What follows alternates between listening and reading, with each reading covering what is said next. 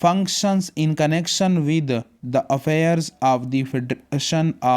province, or a local authority has been done or taken without lawful authority and is of no legal effect।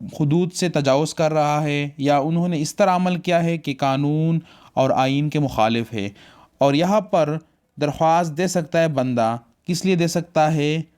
Directing that a person in custody within the territorial jurisdiction of the court be brought before it, so that the court may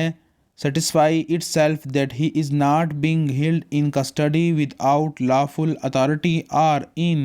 an unlawful manner, or requiring a person within the territorial jurisdiction of the court holding or purporting to hold a public office to show under what authority of law he claims to hold that office. Are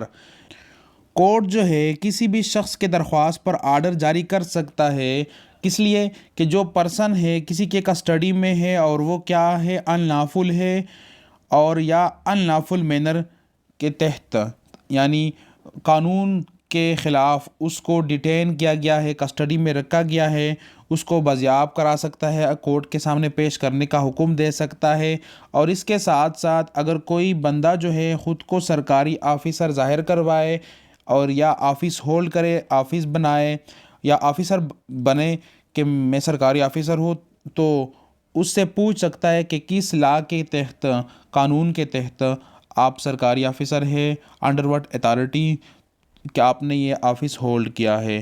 تو court پھر اسے بلا سکتا ہے اور rate جاری کر سکتا ہے. تو یہ دو طرح کے ریٹ جو ہے وہ کسی بھی شخص کے درخواست یعنی پٹیشن پر جاری ہو سکتے ہیں. On the application of any aggrieved person, make an order giving such directions to any person or authority, including any government exercising any power or performing any function in or in relation to any territory within the jurisdiction of that court, as may be appropriate for the enforcement of any of the fundamental rights conferred by Chapter 1 of Part 2. Subject to the Constitution, the right to move a high court for enforcement of any fundamental rights conferred by Chapter 1 of Part 2 shall not be abridged. یعنی کوئی بھی متاثرہ فریق ہے، شخص ہے جس کے فنڈامنٹل رائٹس انفرینچ ہوئے ہیں یعنی متاثر ہوئے ہیں، تو وہ کورٹ جا کے کیا کر سکتا ہے؟ انفورسمنٹ کرا سکتا ہے، بحالی کرا سکتا ہے،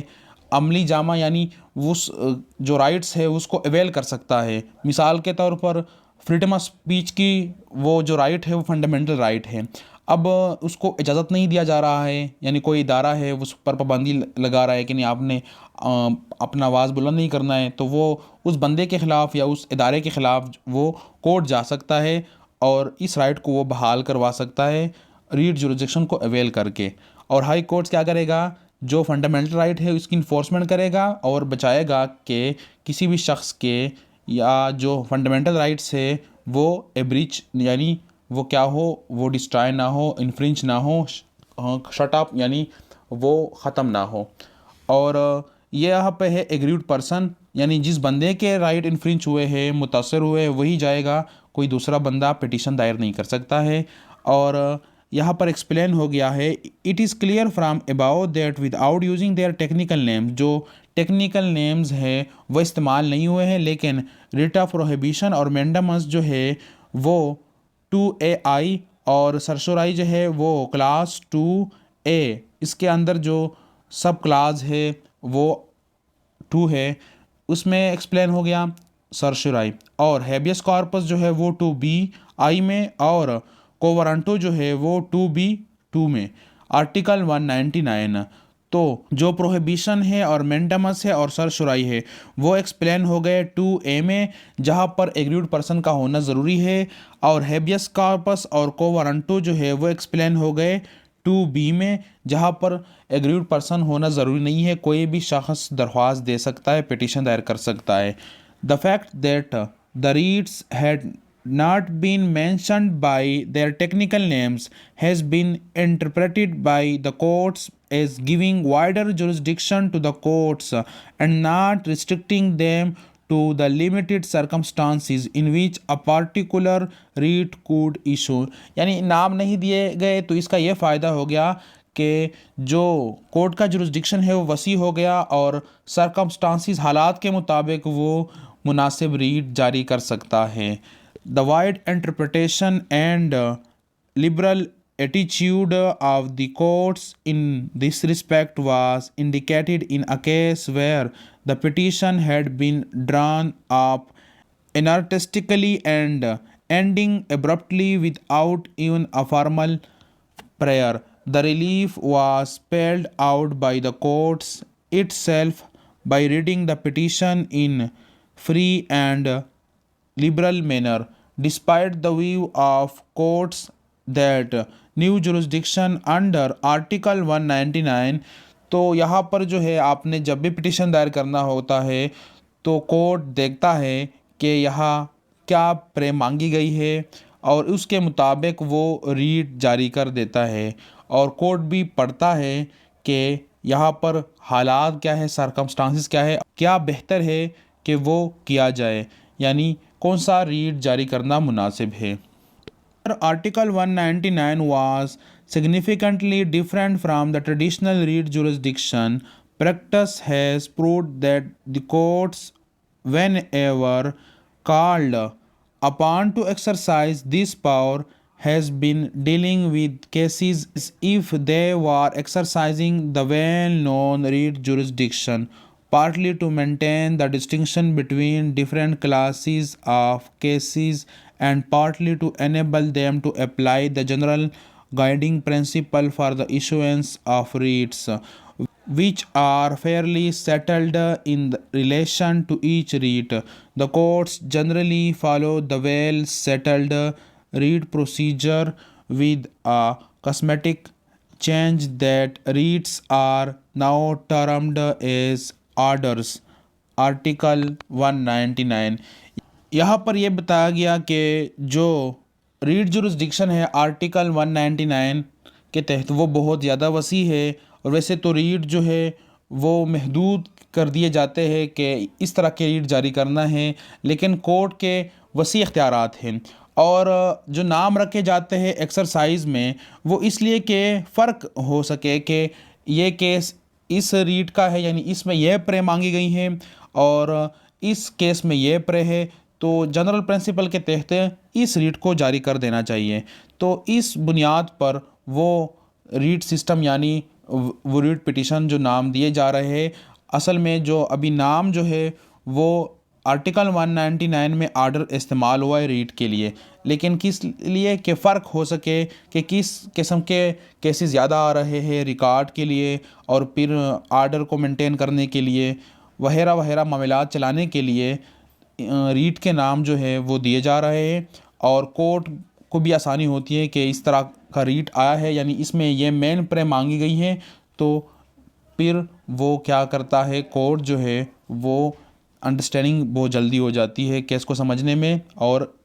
آرڈر جاری کرنے میں آسانی ہوتی ہے. اس کے بعد ہم انشاءاللہ وضاحت کے ساتھ پڑھیں گے کہ جو آرڈر آف مینڈمس یا ریٹ آف مینڈمس ہیبیس کارپس سرسورا یہ کیا ہوتا ہے، اور اس کے لیے سرکمسٹانسز کیا ہوتے ہیں، گراؤنڈ کیا ہوتے ہیں.